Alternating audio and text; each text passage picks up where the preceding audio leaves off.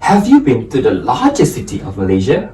Well, if you haven't, I believe you at least know what the Petronas Twin Towers look like, right?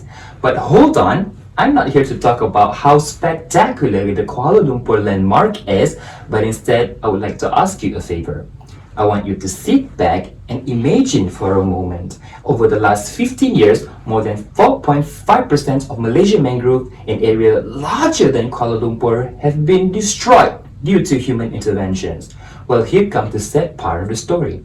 For the record, mangrove ecosystems not only rich with carbon stocks, but also a habitat for plants with medicinal values and rare animals that are often threatened. However, little did we know that the presence of living organisms that we cannot even see with our naked eye are actually a part of these mangrove ecosystems. They inhabit the soils and sediments of the mangroves and are also considered valuable biological resources that need to be taken care of. Do you know what I'm referring to? Microorganisms. And how am I going to do that? That is when my research project comes in handy. Some people might even say, is this guy for real? How can I manage something that we cannot even see? Well, thank you to science and technology. To start the conservation strategy, I need to have sufficient proof to give to the authority. And the proof here means that the generation of data related to microorganisms present. With the use of DNA sequencing technology, I can now know the microbial diversity present and the unique microbial species with potential biotechnological applications.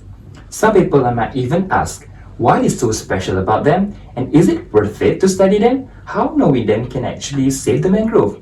Well, before I answer that question, I would like to ask you back. Have you ever wondered why mangrove ecosystems are the toughest forests against extreme environments in the world? That's basically due to the unique microorganisms that do the job in promoting the plant growth and maintaining the nutrients availability in the soil. Interestingly, the enzymes with unique characteristics produced by these microorganisms can also degrade the plant materials like agricultural waste to produce renewable energy for second generation of biofuels production. Quite powerful for such thing that we cannot even see, right? Depth understanding due to the generation of data on this information will allow proper documentation of microbiological resources to take place and assist the authority with proper data management plan. By doing so, then only the mangrove can be conserved through the enforcement of policy under the law. We cannot change the behaviors of others, but if we provide a proper concept, the data generated may end up saving the mangroves. And with that, thank me later.